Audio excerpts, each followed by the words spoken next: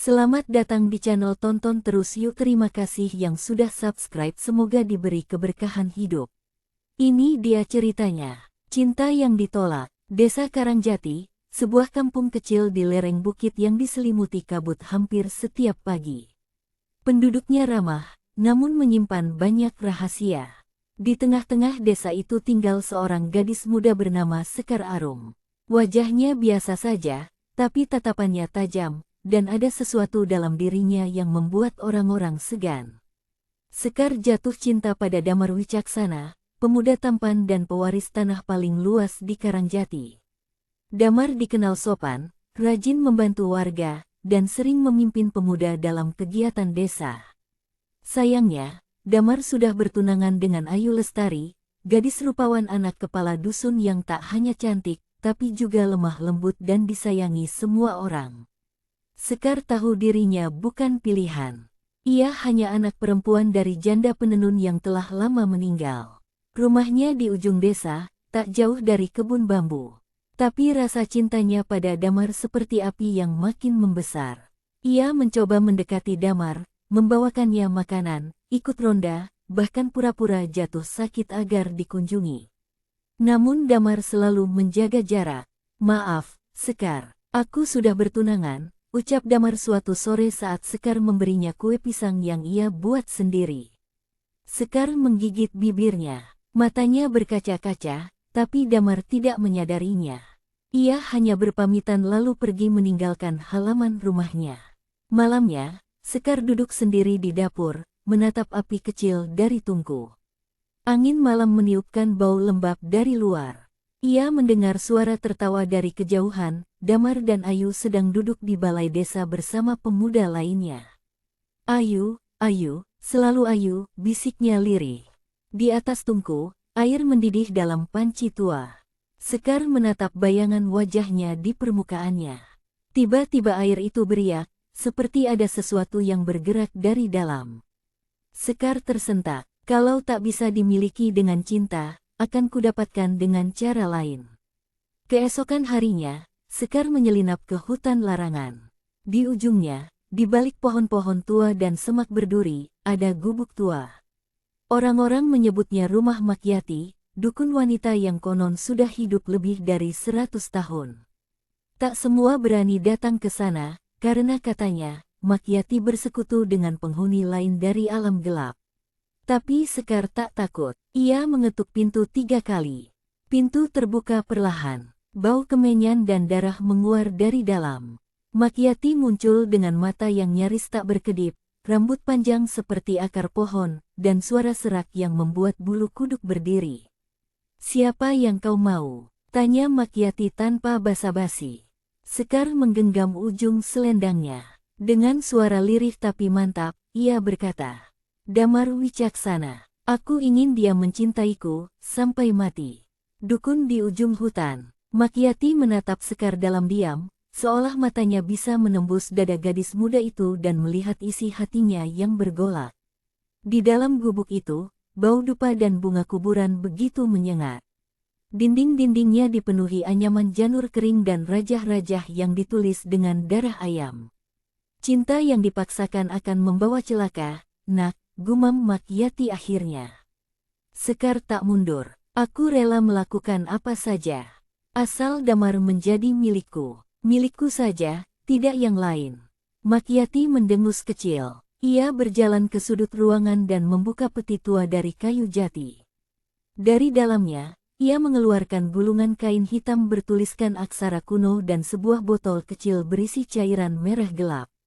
Di dalam cairan itu, tampak kepala burung pipit yang membusuk perlahan.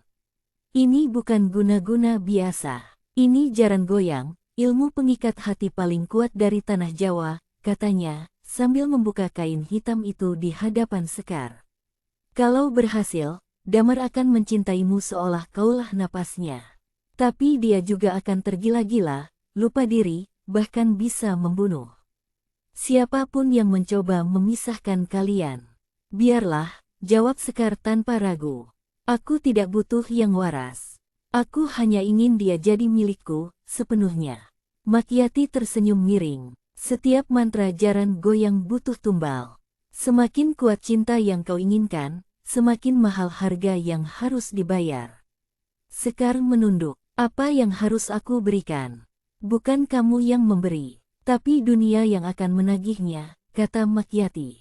Dan saat waktunya tiba, jangan pernah lari. Karena kutukan ini tidak bisa dicabut, hanya dibayar lunas. Malam itu, Sekar menjalani ritual di bawah pohon randu alas, pohon keramat di pinggir hutan yang dipercaya sebagai pintu antara dua dunia. Di sana, Makyati membuat lingkaran tanah liat bercampur darah ayam jantan, membacakan mantra sambil menari seperti kesurupan. Sekar duduk di tengah lingkaran itu, menggenggam rambut damar yang diam-diam ia ambil dari sisir yang tertinggal di balai desa. Di hadapannya, botol cairan merah itu mengeluarkan bau busuk yang menyengat. Ketika bulan tepat di atas kepala, Makyati menyentakkan tubuhnya dan menjerit. Jaran goyang, datangi si empunya. Tanah, air, angin, dan api, ikat tubuhnya, hatinya, jiwanya. Damar wicaksana, takluk oleh Sekar Arum, seumur hidupnya. Angin kencang berhembus tiba-tiba, daun-daun beterbangan, dan tanah di bawah Sekar bergetar. Dari kejauhan terdengar suara kuda meringkik, padahal tidak ada kuda di hutan itu. Sekar memejamkan mata, membiarkan mantra itu meresap ke dalam tubuhnya. Ia tidak tahu bahwa malam itu, dunia telah berubah dan tak ada jalan untuk kembali. Keesokan harinya, desa Karangjati masih diselimuti embun tebal. Tapi ada sesuatu yang berbeda di udara, seperti ada getar halus yang hanya bisa dirasakan oleh naluri, bukan indera biasa. Di rumahnya, Sekar bangun lebih pagi dari biasanya. Matanya merah, bukan karena menangis, tapi karena semalaman tak bisa tidur, tubuhnya terasa panas dingin. Di telinganya, suara meringkik kuda masih bergema seperti gema yang tertinggal dari dunia mimpi. Ia berdiri di depan cermin bambu, menatap wajahnya sendiri. Pucat, tapi ada aura gelap yang aneh terpancar dari matanya. Tiba-tiba, terdengar suara ketukan di pintu. Tok tok tok, degup jantungnya bertambah cepat. Ia berjalan pelan menuju pintu dan membukanya. Dan di sanalah, Damar berdiri, dengan wajah lesu dan mata sembab. Aku nggak tahu kenapa aku kesini, katanya pelan, seperti orang linglung. Sekar menahan senyum. Masuklah, bisiknya. Damar melangkah masuk, pandangannya kosong, seolah sedang bermimpi. Sekar menatapnya dari belakang, dan saat itulah ia tahu, mantra jaran goyang telah bekerja. Hari-hari berikutnya menjadi awal dari perubahan yang ganjil. Damar mulai sering datang ke rumah Sekar. Ia meninggalkan pekerjaannya di sawah, tidak lagi hadir dalam rapat desa, bahkan bertengkar hebat dengan ayahnya karena enggan membicarakan pernikahannya dengan Ayu. Dia sudah gila, bisik warga desa. Tapi bagi Sekar, semua itu adalah kemenangan. Ia kini bisa merasakan hangatnya genggaman Damar, ciumannya, pelukannya, semua yang dulu hanya ada dalam mimpi. Namun keanehan demi keanehan terus bermunculan. Damar tak bisa tidur di tempat lain selain di dekat Sekar. Jika ia dipaksa pulang, ia akan menjerit, memukul, bahkan menggigit siapapun yang mencoba menahannya. Tubuhnya menjadi kurus, matanya semakin cekung, namun ia terus berkata, Sekar, kamu segalanya buatku, jangan tinggalkan aku. Sekar mulai gelisah. Ia kembali menemui Makyati, berharap bisa sedikit menenangkan pengaruh mantra itu. Namun Makyati hanya tertawa, suara tawanya berat dan menakutkan. Kau kira ini cinta? Ini bukan cinta, nak, ini obsesi yang dikutuk langit. Aku hanya ingin dia bahagia bersamaku. Bentak Sekar. Makyati mendekat, menatap wajah Sekar sangat dekat hingga nafas mereka bertemu. Kalau begitu bersiaplah, karena harga yang harus kau bayar belum selesai. Masih ada tumbal, dan darah, dan jeritan yang belum terdengar. Dan malam itu, saat Sekar kembali ke rumah, ia menemukan sesuatu yang membuat darahnya membeku. Seekor burung pipit mati, lehernya patah, tergeletak di atas bantal tempat Damar biasa tidur. Di bawahnya, ada tulisan dengan darah. Cinta yang dipaksa akan berakhir dengan tangis. Sekar menatap langit-langit rumahnya yang tiba-tiba dipenuhi suara langkah kuda, padahal tak ada satupun kuda di desa Karangjati.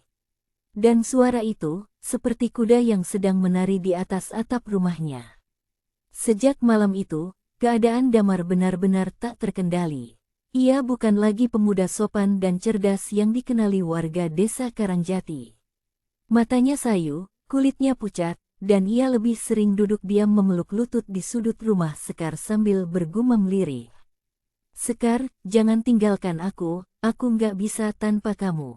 Warga desa mulai khawatir, terutama orang tua Damar.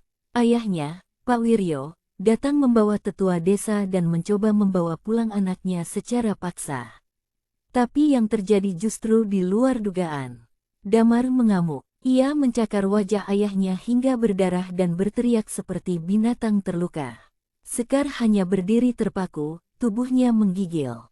Tapi di balik ketakutan itu, ada rasa puas karena Damar sepenuhnya telah menjadi miliknya. Ayu, tunangan Damar, mencoba mendekati Damar beberapa hari kemudian. Ia datang membawa bubur kesukaan Damar, berharap bisa menyadarkan kekasihnya.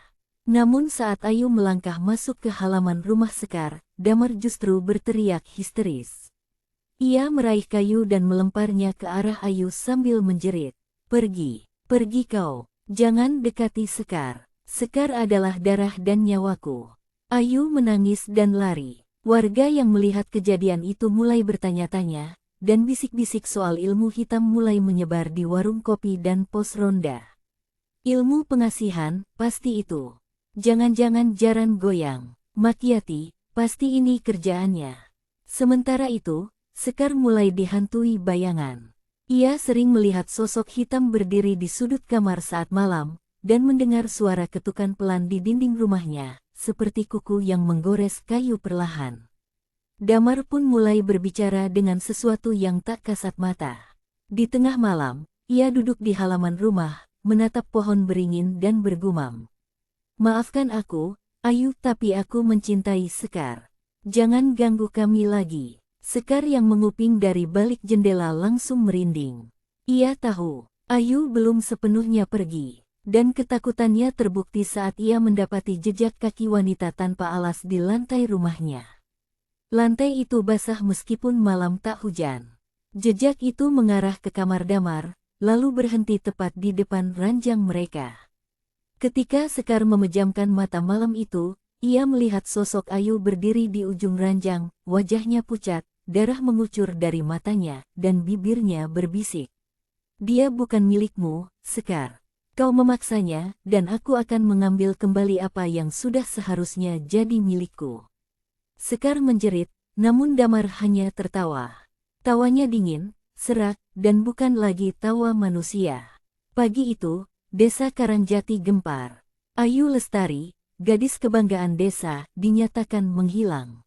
Sudah 3 hari ia tak pulang ke rumah, dan tak satu pun warga melihat kemana ia pergi. Orang tuanya menangis terseduh-seduh di balai desa. Kepala dusun mengerahkan warga untuk mencari ke hutan, ke sungai, bahkan ke ladang-ladang yang jarang dilalui. Namun hasilnya nihil, tak ada jejak, tak ada petunjuk. Yang tersisa hanya selendang merah muda milik Ayu, ditemukan tergantung di ranting pohon randu alas, tak jauh dari tempat Sekar dulu melakukan ritual jaran goyang. Selendang itu bau amis, seperti habis direndam dalam darah. Kabar cepat menyebar, bisik-bisik menjadi desas-desus, desas-desus, berubah jadi kecurigaan, dan nama Sekar mulai dibicarakan warga. Sejak Damar tinggal sama dia, semuanya jadi aneh. Ayu hilang. Lihat siapa yang paling diuntungkan. Ilmu pengasihan itu minta tumbal, jangan-jangan. Tapi tak ada yang berani menuduh terang-terangan. Sekar dikenal pendiam tapi tajam. Selain itu, banyak yang percaya rumahnya kini dijaga makhluk tak kasat mata. Beberapa pemuda yang iseng lewat malam hari mengaku melihat bayangan perempuan berambut panjang berdiri di atap rumah Sekar, menatap ke arah jalan sambil menangis. Dan bukan hanya itu. Suatu malam, Pak Wiryo, ayah Damar, mengaku melihat anaknya berjalan di kebun belakang rumah Sekar, telanjang, matanya terpejam, mulutnya komat kamit sambil mengulangi satu kalimat. Ayu di bawah tanah. Ayu di bawah tanah. Pak Wiryo hampir pingsan karena takut. Tapi saat dia mengajak warga untuk datang mengecek, Damar sudah kembali ke rumah dan tidak ingat apapun. Di dalam rumah itu, Sekar mulai goyah. Tidur malamnya tak pernah nyenyak. Setiap kali ia memejamkan mata, ia bermimpi berada di tengah-tengah hutan, dikelilingi suara ringkikan kuda dan tangisan perempuan. Dan suatu malam, ia mendengar ketukan di jendela. Tok, tok, tok. Padahal itu jendela lantai 2. Dengan tubuh menggigil, Sekar mendekat dan perlahan membuka tirai. Dan di sana, berdiri Ayu, atau sesuatu yang menyerupainya. Rambutnya basah dan panjang menutupi wajah, dan di balik tirai rambut itu, ada sorot mata yang menembus jantung. Aku masih di sini, Sekar, bisiknya. Dan aku akan membawa semuanya bersamaku. Sekar menutup jendela dan menjerit. Damar bangun, tapi bukan untuk menenangkan. Ia justru tertawa keras, menari-nari di tengah kamar sambil mengangkat tangan seperti menunggang kuda. Jaran goyang, aku penunggang cintamu, Sekar. Malam itu, suara kuda terdengar lagi, mengelilingi rumah mereka, seperti parade dari neraka. Dan warga yang kebetulan lewat malam itu bersumpah melihat bayangan kuda tanpa kepala, dengan penunggang berwajah wanita menangis, berjalan pelan di depan rumah Sekar. Sejak kemunculan sosok Ayu di jendela, rumah Sekar seperti tidak lagi berada di dunia yang sama. Angin dingin terus berhembus dari sudut-sudut rumah meski jendela tertutup rapat. Damar semakin tidak waras, kadang tertawa sendiri, kadang menangis berjam-jam sambil menyebut nama Ayu dan Sekar silih berganti. Di dinding kamar, bayangan aneh mulai muncul. Awalnya hanya samar, seperti siluet wanita berambut panjang yang menunduk, lalu perlahan menoleh padahal tak ada siapapun di dalam ruangan. Sekar mencoba menutupinya dengan lemari, lalu kain putih, tapi bayangan itu selalu muncul kembali, tepat di dinding yang sama, dan selalu menjelang malam. Suatu malam, bayangan itu mulai bergerak. Sekar yang tengah duduk sendirian melihatnya dari sudut mata. Ia menoleh cepat, dan jantungnya hampir berhenti. Bayangan wanita itu menatap langsung ke arahnya. Tapi bukan hanya itu, bayangan itu tersenyum. Senyum tipis, menyeringai, penuh kebencian. Sekar tersentak mundur, tapi saat ia menoleh ke arah dinding lain, bayangan itu sudah pindah, mengikuti arah pandangnya. Seolah tembok-tembok rumah telah menjadi tempat hidup bagi sesuatu yang tak seharusnya ada. Di saat yang sama, warga desa mulai resah. Bayi-bayi menangis tanpa sebab sepanjang malam. Ternak mendadak mati dengan leher terpelintir. Dan anehnya, kuda-kuda di kandang desa mengamuk seperti kerasukan, menendang, menggigit, bahkan membunuh penjaganya. Ini kutukan dari mantra jaran goyang, kata salah satu tetua desa. Beberapa warga nekat datang ke rumah Sekar untuk meminta penjelasan. Tapi belum sempat mengetuk pintu, mereka mencium bau amis yang begitu kuat, seperti daging busuk. Dan dari dalam rumah, terdengar suara-suara. Lebih besar dari, Ayu, cintaku ditanam di tanah, darahnya mengalir ke akar. Sekar, bayar hutangmu. Mereka mundur ketakutan. Keesokan harinya, Pak Lurah memanggil dukun tua dari desa sebelah, Kitapasura, seorang ahli spiritual yang dikenal bisa menetralisir ilmu hitam berat. Kitapa berdiri di depan rumah Sekar sambil menancapkan tongkat kayunya ke tanah. Matanya memicing, napasnya tertahan. Ada yang tak seimbang di sini. Ada roh yang terpaksa ditahan di antara dua dunia. Dan ada jiwa yang mengikat cinta dengan darah dan tanah. Ini bukan rumah lagi. Ini sudah jadi panggung arwah. Lalu ia menatap Pak Lurah dengan wajah muram. Jika tak segera dihentikan, bukan hanya Damar dan Sekar yang akan binasa. Seluruh desa bisa ikut terseret dalam arwah dendam ini. Dan malam itu, bayangan di dinding tak lagi hanya satu. Ada dua. Sekar melihatnya sendiri. Dua sosok, berdiri berdampingan, menatap ke arahnya. Yang satu adalah wanita berambut panjang. Yang satu lagi adalah sosok pria kurus dengan wajahnya sendiri, damar, tapi matanya hitam legam. Lalu dari mulut mereka berdua, keluar bisikan serempak. Satu lagi tumbal, dan semuanya akan selesai. Malam turun dengan cepat dan gelap pekat, seolah langit pun menolak memberi cahaya. Di rumah Sekar, lilin-lilin terus padam sendiri, walau tak ada angin. Bau kemenyan tak lagi bisa mengusir hawa dingin yang membekukan tulang. Sekar duduk bersimpuh di tengah kamar. Tubuhnya menggigil. Dalam mimpinya semalam, Makyati muncul, tidak lagi sebagai dukun renta, tapi sebagai sesosok wanita muda dengan mata merah menyala. Waktumu hampir habis, Sekar, kata Makyati sambil mengelus kepala seekor kuda hitam yang menjerit. Mantra jaran goyang bukan cuma ikat cinta, tapi juga ikat arwah. Dan tiap ikatan butuh penyeimbang. Kau harus beri tumbal. Tumbal, siapa? Tanya Sekar dengan suara nyaris tak terdengar. Makyati tersenyum tipis. Tumbal cinta, harus dari darah yang pernah kau sayang atau kau benci setengah mati. Dan ketika Sekar bangun dari mimpi itu, ia mendapati seekor ayam hitam tergeletak mati di depan pintunya. Lehernya patah, dan di bawah tubuhnya tertulis dengan darah. Lebih besar dari, pilih, ayahmu, atau Damar. Sekar memekik. Ia belum pernah merasa sebingung itu seumur hidup. Ayahnya memang bukan sosok ayah yang hangat. Setelah ibunya meninggal, sang ayah menjadi pemabuk dan kasar, bahkan sering mengusir Sekar dari rumah saat ia kecil. Tapi bagaimanapun juga, darah mereka sama. Dan Damar, lelaki yang selama ini ia dambakan, kini sudah tak lagi seperti dulu. Cintanya terasa palsu, seperti boneka rusak yang terus memeluk meski tubuhnya rapuh dan pikirannya hilang. Namun sebelum Sekar bisa memutuskan, desa kembali diguncang. Pagi itu, Pak Wiryo ditemukan tergantung di pohon randu alas, tepat di bawah selendang ayu yang dulu ditemukan. Namun yang mengerikan adalah wajahnya tersenyum lebar. Bibirnya koyak, matanya terbuka lebar, dan di dadanya tertulis dengan arang. Lebih besar dari, tumbal belum cukup. Warga benar-benar ketakutan. Mereka yakin, mantra jaran goyang sudah kehilangan kendali. Bukan lagi sekadar pengikat cinta, melainkan gerbang bagi makhluk-makhluk dunia bawah untuk masuk. Di malam berikutnya, Sekar tak bisa tidur. Suara ringkik kuda mengelilingi rumah. Damar duduk di pojok kamar, mencoret-coret dinding dengan darah dari jarinya sendiri, menulis nama. Ayu, Sekar, ayah, darah. Sekar menangis. Ia berlari ke dapur, mengambil pisau, dan berlutut di tengah rumah sambil memohon. Ambil aku saja. Jangan Damar. Jangan ayahku. Ambil aku. Dan saat itu, bayangan di dinding membesar. Kini bukan dua, melainkan tiga sosok.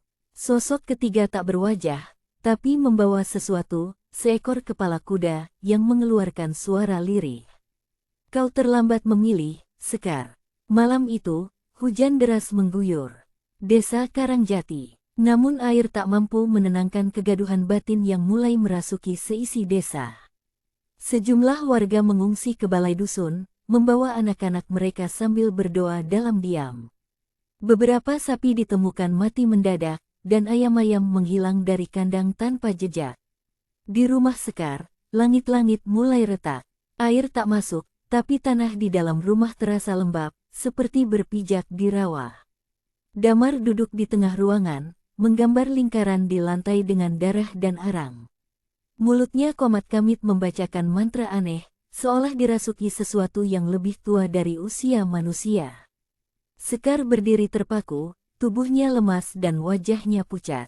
Di sudut ruangan, dinding yang selama ini jadi tempat munculnya bayangan membuka celah.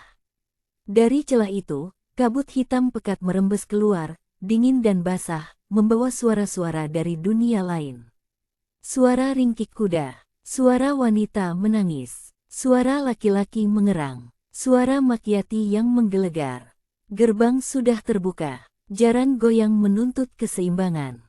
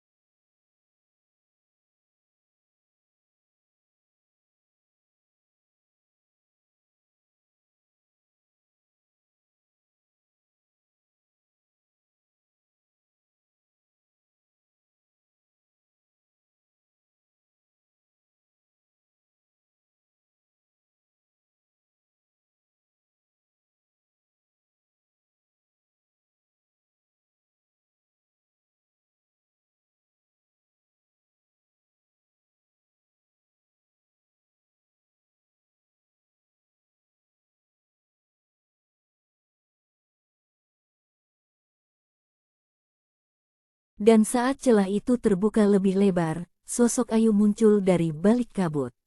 Wajahnya rusak, matanya hitam legam, tapi senyumnya tak berubah. Ia menatap Sekar. Kau yang memulai semua ini. Di belakang Ayu, ada ratusan sosok lain. Tak jelas wajah dan bentuknya, beberapa menyerupai manusia, lainnya tak bisa dijelaskan. Mereka semua datang dari kegelapan, berdesakan, merangkak keluar menuju rumah Sekar. Tiba-tiba, lantai tempat Damar duduk retak dan terbuka, memperlihatkan tanah merah yang bergerak seperti berdenyut. Damar mendongak, menatap Sekar, dan untuk pertama kalinya menangis dengan sadar. Tolong aku, Sekar, aku nggak tahu kenapa aku begini. Sekar terisak, ia berlari ke arah Damar, mencoba menariknya keluar dari lingkaran darah, tapi tanah menarik tubuh Damar lebih dalam, seperti hendak menelannya hidup-hidup. Ayu mendekat. Makhluk-makhluk dari balik celah mulai mengitari mereka. Sekar berteriak, ambil aku. Jangan Damar. Tapi suara Ayu lebih keras. Asteris, bukan kau yang dituntut. Cintamu palsu. Yang harus dibayar adalah nyawa yang diikat secara paksa. Nyawa yang tidak pernah memilih untuk tinggal.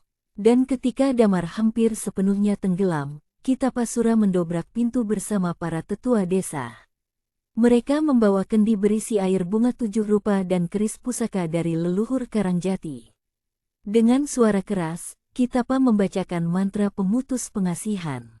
Ia mengguyur lingkaran darah dengan air bunga, dan tanah berhenti berdenyut. Sosok-sosok dari celah menjerit, dan celah itu mulai menyusut, ditarik kembali ke dinding yang perlahan menutup. Ayu menatap Sekar untuk terakhir kali, lalu berkata pelan. Kutukan belum berakhir. Cinta yang dipaksa akan selalu butuh tumbal. Dan bayangan akan terus mengikuti. Celah tertutup. Damar tergeletak pingsan di lantai. Rumah Sekar sunyi. Namun di dinding, walau celah telah tiada, bayangan itu tetap muncul, berdiri diam, menunduk seperti menunggu. Pagi menjelang dengan matahari yang enggan bersinar. Awan kelabu masih menggantung di atas desa Karangjati. Warga yang semula mengungsi mulai kembali ke rumah dengan was-was.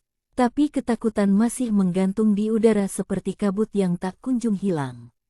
Damar kini terbaring di rumah sakit desa. Tubuhnya kurus, wajahnya pucat, dan matanya terus kosong menatap langit-langit. Ia belum bicara sepatah kata pun sejak kejadian malam itu. Sementara Sekar menghilang. Tak ada yang tahu kemana perginya. Sejak Kitapa menutup gerbang kegelapan dan bayangan terakhir menghilang dari rumahnya, Sekar raib tanpa jejak. Tak ada barang yang dibawa, tak ada surat perpisahan. Hanya sebuah cermin kecil berbingkai kayu yang ia letakkan di tengah kamar, cermin yang dulu ia pakai untuk membaca mantra pengikat cinta. Dan di balik cermin itu, tertulis pesan singkat dengan darah kering. Lebih besar dari, aku akan menjaga agar bayangan itu tidak keluar lagi. Kitapa, dengan napas berat, memandangi rumah itu dari luar. Ia tahu, kutukan memang sudah dikurung, tapi belum sepenuhnya dipatahkan. Jaran goyang bukan ilmu sembarangan, katanya lirih pada Pak Lurah. Itu bukan hanya soal cinta, tapi tentang kehendak. Siapapun yang mencoba menundukkan kehendak orang lain, akan dibalas dengan kehilangan dirinya sendiri. Hari-hari berlalu, desa Karangjati perlahan kembali tenang, tapi trauma masih tersisa. Beberapa warga mengaku melihat bayangan perempuan berdiri di tepi sawah menjelang maghrib. Ada juga yang mendengar suara kuda meringkik dari dalam sumur tua. Tapi tak ada yang berani menyelidiki. Mereka tahu, beberapa hal memang harus dibiarkan tetap terkubur. Damar mulai bisa bicara, meski pelan. Kalimat pertamanya mengejutkan para perawat. Lebih besar dari, kenapa Ayu nggak jawab suratku waktu itu. Ia tak ingat Sekar, tak ingat mantra, tak ingat kengerian yang pernah dialaminya. Dan, itulah harga dari cinta yang dipaksa. Bukan hanya kehilangan orang yang dicintai, tapi juga kehilangan sebagian jiwa sendiri. 3 bulan telah berlalu sejak malam kelam itu. Desa Karangjati perlahan kembali pulih, tapi tak pernah benar-benar sama. Beberapa rumah kosong, tak berpenghuni. Sebagian ladang tak lagi digarap, karena pemiliknya memilih pindah ke kota. Di jalan-jalan kecil desa, anak-anak dilarang keluar selepas maghrib. Namun yang paling mencolok adalah rumah tua milik Sekar, yang kini dianggap angker oleh seluruh warga. Rumah itu tetap berdiri, namun penuh retakan. Rumput liar tumbuh liar menelan halaman, dan jendela-jendelanya tertutup rapat. Anehnya, setiap malam Jumat Kliwon, lampu di kamar tengah menyala sendiri, dan dari dalamnya terdengar suara lirih perempuan menyanyi. Lebih besar dari jaran goyang, jaran kepang. Cinta dibolak-balik, hati terikat. Orang-orang percaya, Sekar belum benar-benar pergi. Ada yang bersumpah melihat sosoknya duduk di depan cermin, rambut terurai panjang, tatapan kosong, mulut bergerak seperti membisikkan mantra yang sama berulang kali. Kitapasura sesekali masih berkunjung ke sana, berdiri jauh dari pagar, menggenggam tasbih tua. Ia tahu, Sekar telah menjadi penjaga gerbang, sebuah jiwa yang mengorbankan diri untuk menahan kutukan jaran goyang agar tak merembet lebih jauh. Namun keheningan itu mulai retak. Suatu malam, seorang pemuda dari desa sebelah, Wira namanya, datang ke Karangjati untuk bekerja di kebun. Ia belum tahu apa-apa soal rumah itu. Saat mencari tempat berteduh dari hujan, ia masuk ke rumah kosong itu karena pintunya terbuka sedikit. Dan di dalam, ia melihat cermin tua di tengah ruangan. Debu tebal menyelimuti permukaannya, namun saat ia mendekat, cermin itu bersih seketika. Refleksi yang terlihat bukan dirinya, melainkan Sekar, duduk, tersenyum, dan memanggil dengan suara lembut. Lebih besar dari, mau kucintai. Wira melangkah mundur, tapi tak bisa berpaling. Cermin itu bergetar. Bayangan Sekar berganti, menjadi Ayu. Lalu Makiati. Lalu kuda hitam. Lalu lingkaran darah. Dan di luar rumah, angin bertiup kencang. Desa Karangjati kembali bergetar pelan, seolah bayangan itu mulai bergerak lagi. Seolah kutukan jaran goyang hanya tertidur sejenak. Dan siapapun yang tergoda untuk memaksa cinta, akan membuka gerbang itu kembali. Tamat.